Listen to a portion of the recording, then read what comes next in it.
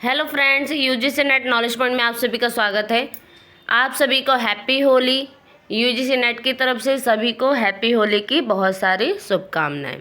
आज हम करेंगे UGC net paper 2 public administration के चैप्टर वाइज जो है अरिहंत पब्लिकेशन की बुक में से चैप्टर 4 प्रशासनिक चिंतन पार्ट 5। आइए स्टार्ट करते हैं। चैनल पर नए हैं तो चैनल को जरूर सब्सक्राइब करें, लाइक एंड शेयर करें।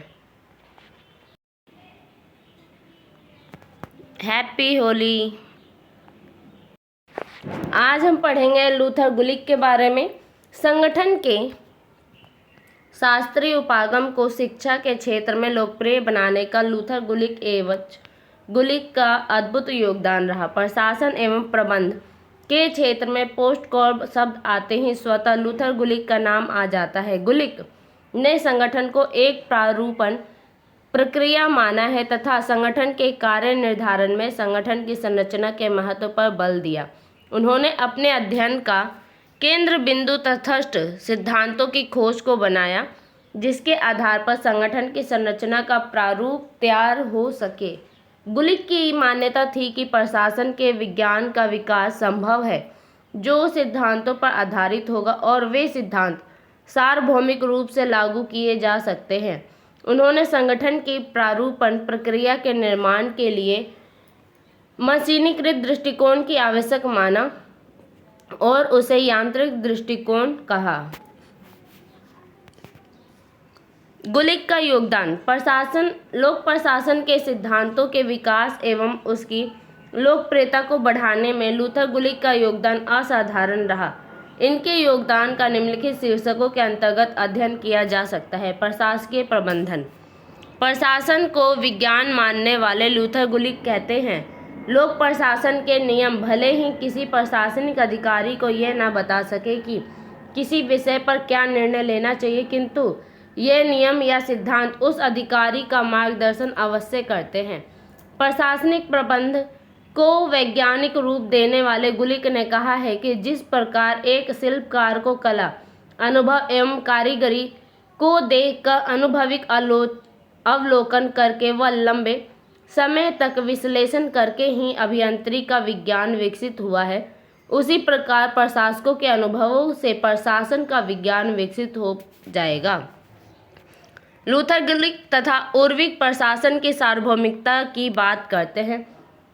लूथर गुलिक ने लोक प्रशासन की परिभाषा देते हुए कहा है कि लोक प्रशासन प्रशासन के विज्ञान का वह भाग है जो कार्यपालिका शाखा से संबंधित है। यद्यपि व्यवस्थापिका तथा न्यायपालिका भी प्रशासकीय कार्य क्षेत्र में सम्मिलित हो सकती है।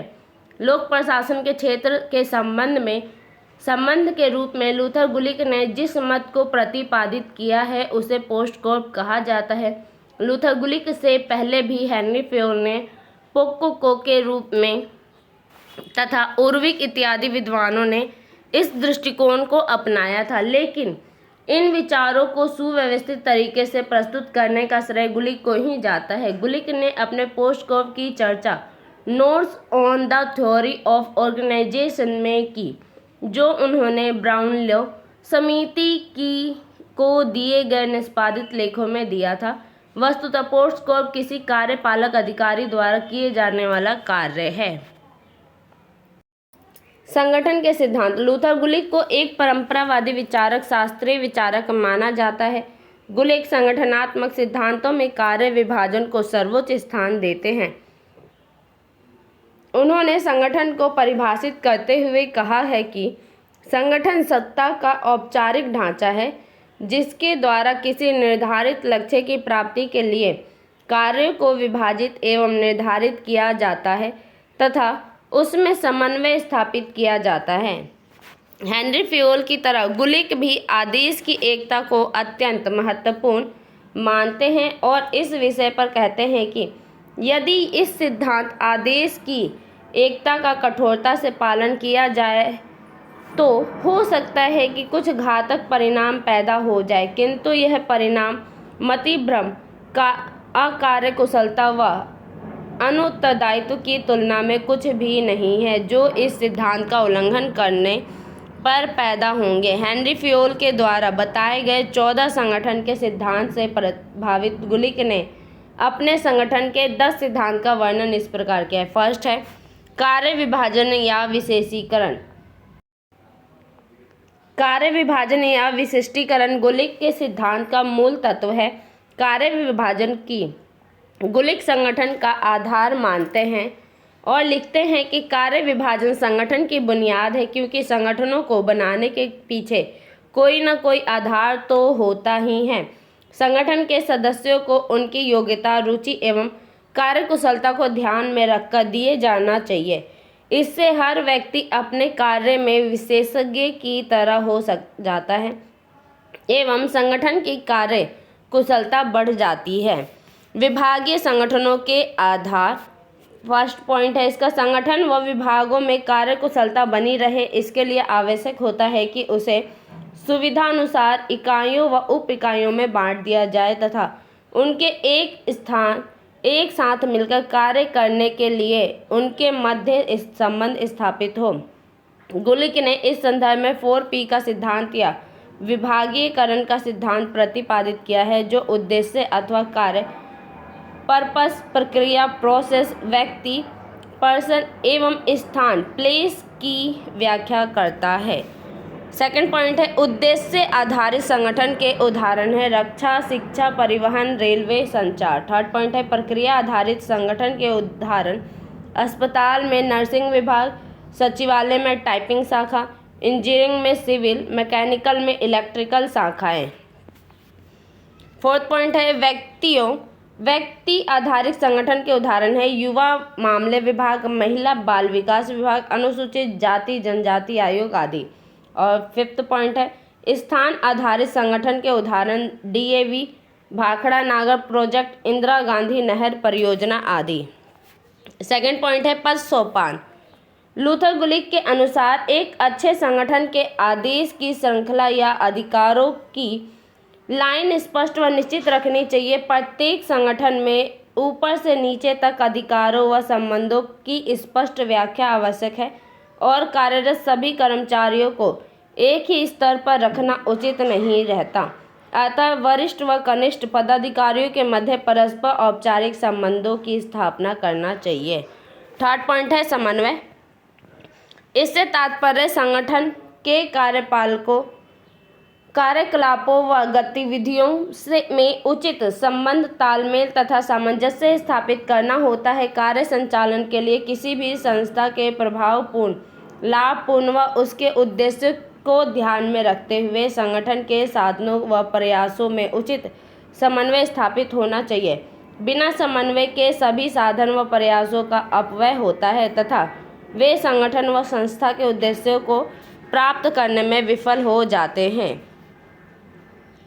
नेक्स्ट है विकेंद्रीकरण। गुलिक के अनुसार जिस प्रशासकीय प्रणाली में उच्च पदाधिकारियों की शक्तियाँ अधिक हो, इसके पश्चात भी निम्न स्तर के प्रशासकीय स्तर के कर्मचारियों में शांति और विवेक में कमी होती है तो उसे केंद्रीकृत व्यवस्था कहते हैं।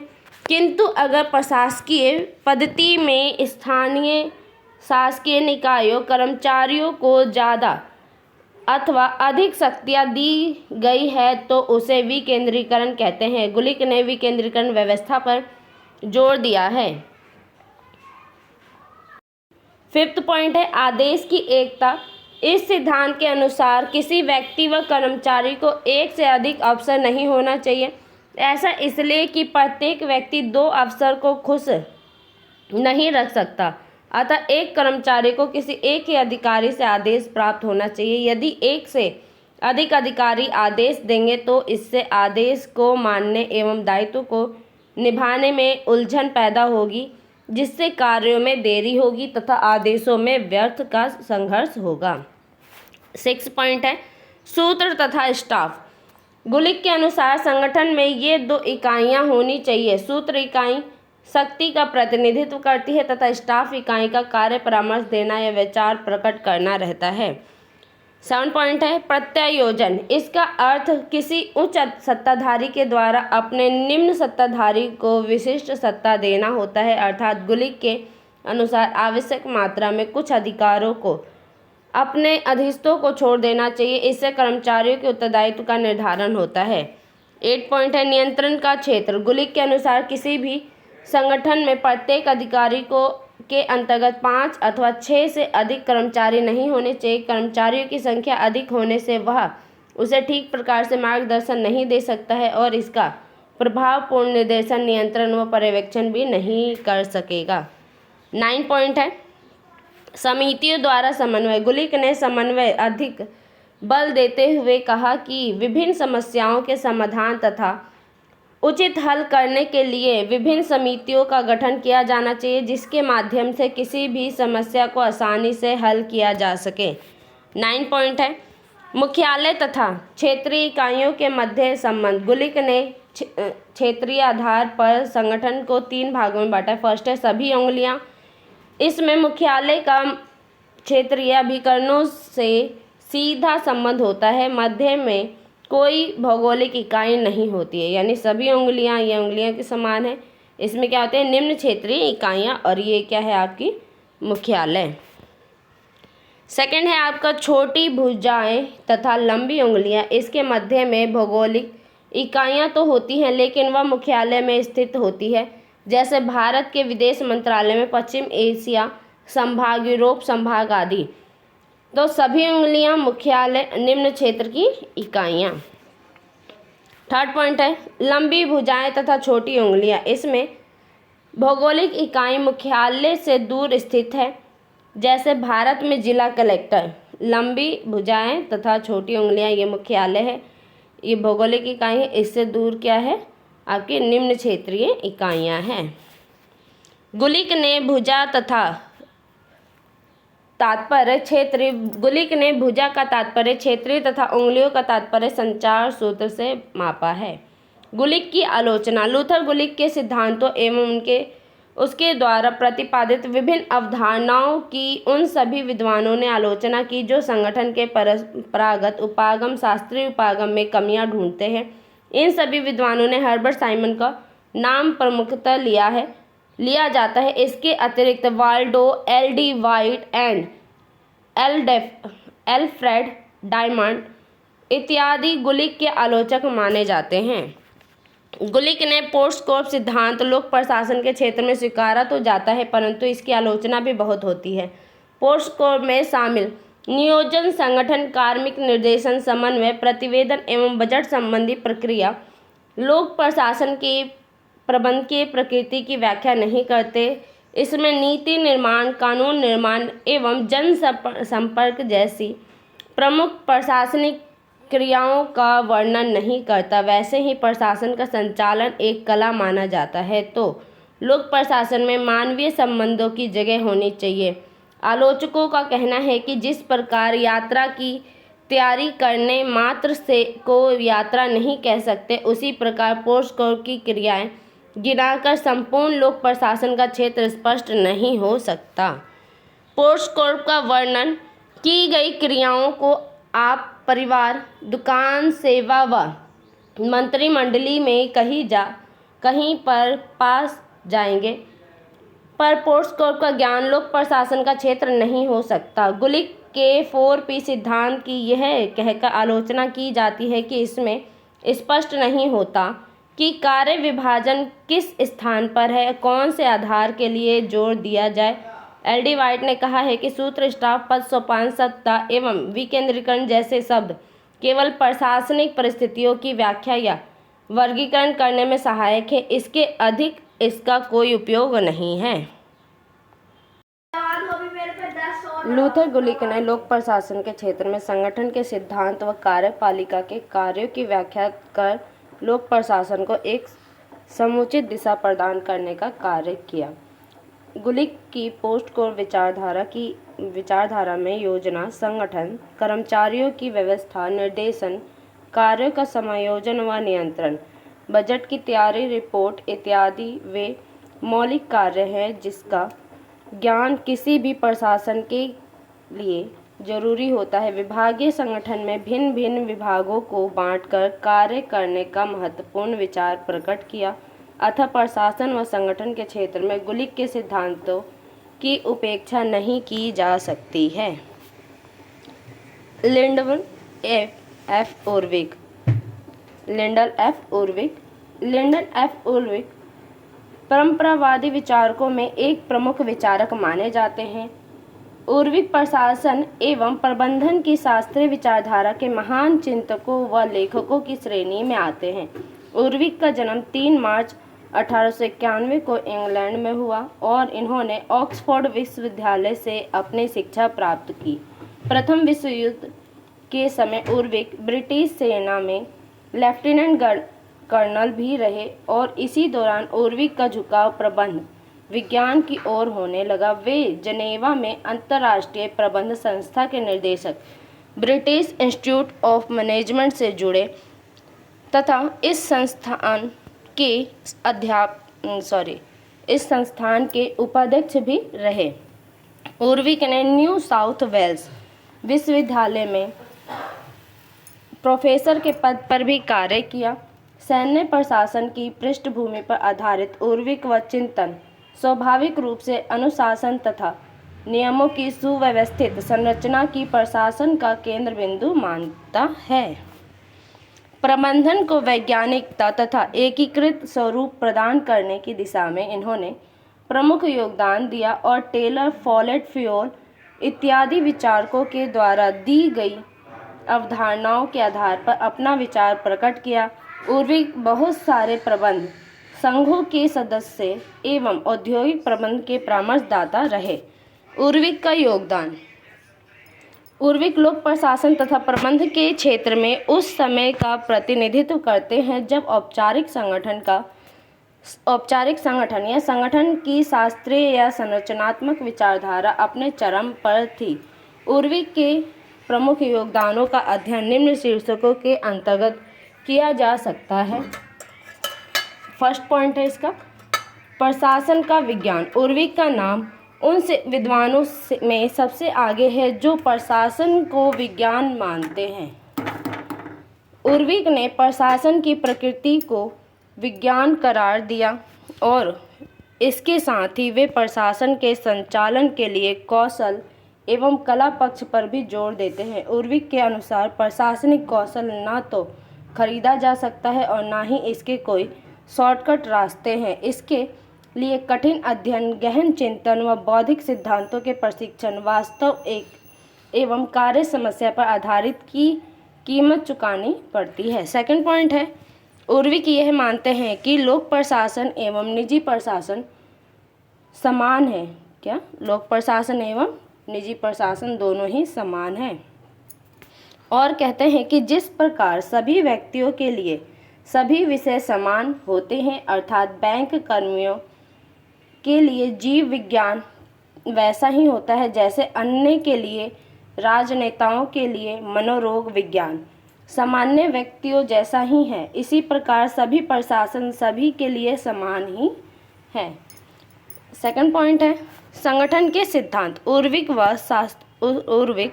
उन शास्त्रीय विद्वानों में शामिल है जो संगठन के कुशलतापूर्वक संचालित करने के लिए उसकी संरचना एवं सिद्धांतों पर अधिक बल देते हैं। उर्विक के अनुसार संगठन के सिद्धांतों को वैज्ञानिकता प्रदान की जा सकती है तथा इसे परिभाषित करते हुए कहा है कि संगठन का अर्थ है किसी उद्देश्य की पूर्ति के लिए आवश्यक क्रियाओं का निर्धारण करना और उन्हें ऐसे वर्ग में क्रमबद्ध करना जो विभिन्न व्यक्तियों को सौंपे जा सके। उर्विक ने संगठन के 8 सिद्धांत बताए हैं। थर्ड पॉइंट है, उद्देश्य का सिद्धांत। संगठन का एक उद्देश्य होना चाहिए जिससे कि विभिन्न विभागों, मशीनों व साधनों एवं मालों के प्रयासों को निर्देशित करके उसकी पूर्ति की जा सके या किसी संगठन का एक अभिव्यक्ति प्रयोजन होना चाहिए। फोर्थ पॉइंट है, तदनुरूपता का सिद्धांत। सभी स्तरों पर प्राधिकार एवं जिम्मेदारी समान होनी चाहिए। फिफ्थ पॉइंट है, उत्तरदायित्व का सिद्धांत।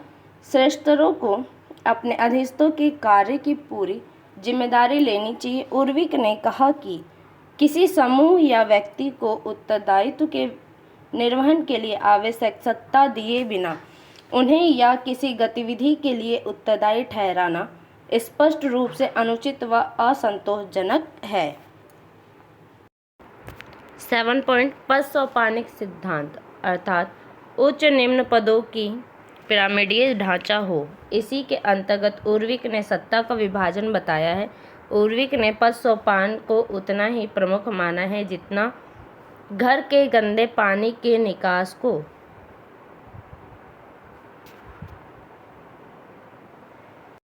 8 पॉइंट है नियंत्रण के दायरे का सिद्धांत। कोई भी पर्यवेक्षक अथवा उच्च अधिकारी अपने अधीनस्थ 5 से 6 से अधिक व्यक्तियों को नियंत्रित नहीं कर सकता जिनका काम परस्पर जुड़ा हो। 9 पॉइंट है विशिष्ट सिद्धांत, विशिष्टीकरण का सिद्धांत। इसके अनुसार प्रत्येक व्यक्ति का एक कार्य विशेष तक ही सीमित रहना चाहिए, अर्थात संगठन के बने समूहों का प्रत्येक कार्मिक एक विशिष्ट कार्य करे।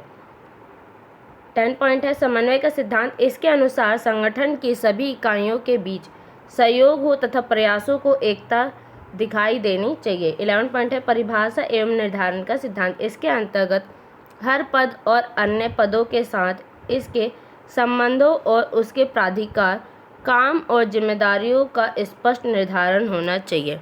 उपरोक्त 8 सिद्धांतों की व्याख्या करने के बाद उर्विक ने संगठन के विभिन्न इकाइयों के बीच संतुलन का सिद्धांत एवं संगठन का पुनः संगठन करने की प्रक्रिया का निरंतरता के सिद्धांत के रूप में वर्णन किया।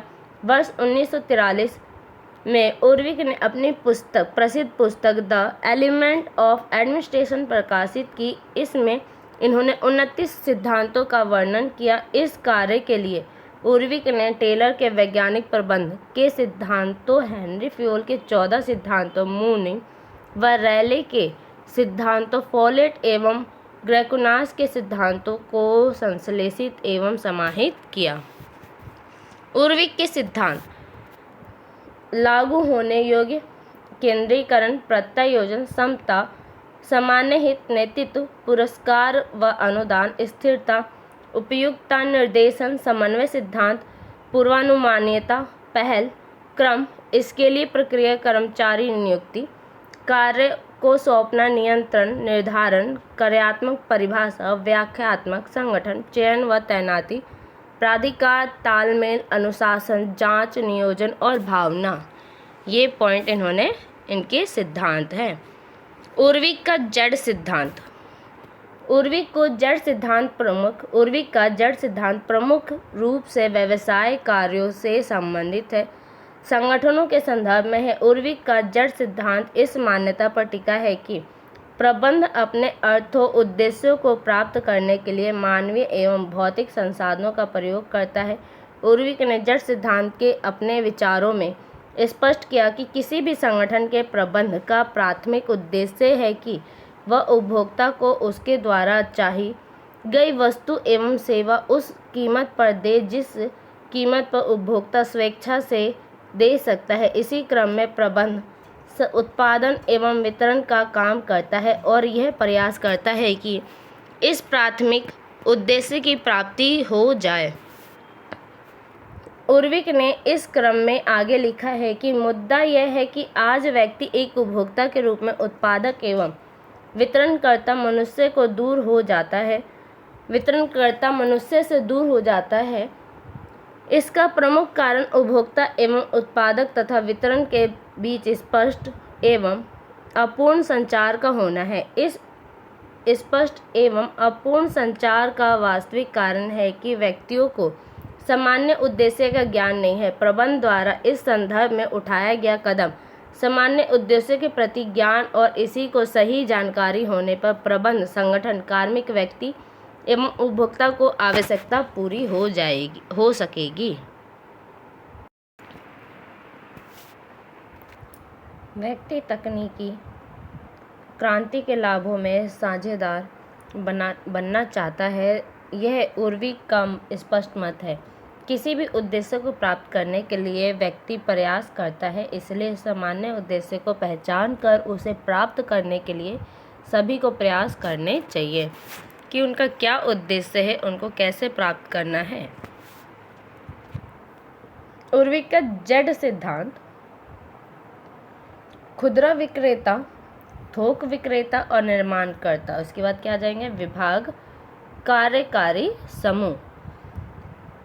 जिसमें आपका ZC व्यक्ति की उपभोक्ता के रूप में आवश्यकता और कार्य स्पष्ट संभाग, ZBP व्यक्ति की उत्पादक या वितरक के रूप में आवश्यकता है। यह है उर्विक का Z सिद्धांत।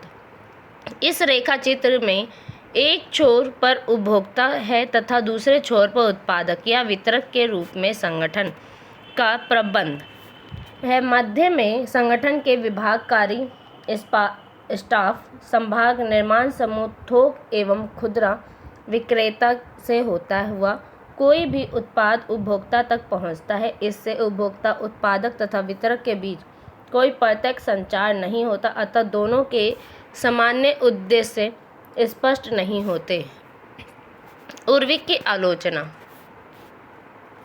उर्विक द्वारा दिए गए सिद्धांतों में व्यवहारिकता का अभाव पाया जाता है और संगठन को एक संरचना के रूप में माना है जिसकी कार्यकुशलता को केवल निश्चित सिद्धांतों के द्वारा ही बढ़ाया जा सकता है। उर्विक ने मानवीय तत्वों पर कोई विचार प्रकट नहीं किया, चूँकि मानवीय आचरण, व्यवहार, व्यक्ति बुद्धि इत्यादि का प्रभाव संगठन पर पड़ता है, अतः इस पर आलोचना विद्वानों द्वारा होती है। उर्विक ने केवल संगठन के औपचारिक नियम पर जोर दिया है और प्रबंध के सिद्धांतों के बारे में बताया है। संगठन में भिन्न भिन्न कार्यों को संपादित करने के लिए विधिक क्रियाओं तथा विधियों को अपनाना पड़ता है, परंतु उर्विक ने संगठन के क्रियात्मक संगठनों पर जोर नहीं दिया। साइमन के अनुसार यांत्रिक दृष्टिकोण के कुछ मान्य सिद्धांतों, विशेषकर कार्य विभाजन, पद सोपान, आदेश की एकता एवं नियंत्रण के क्षेत्र के संबंध में परस्पर विरोधी बातें विद्यमान हैं। हर्बर्ट साइमन ने उर्विक के प्रशासनिक सिद्धांतों को मात्र मुहावरा या लोकायुक्तियों की संज्ञा दी है।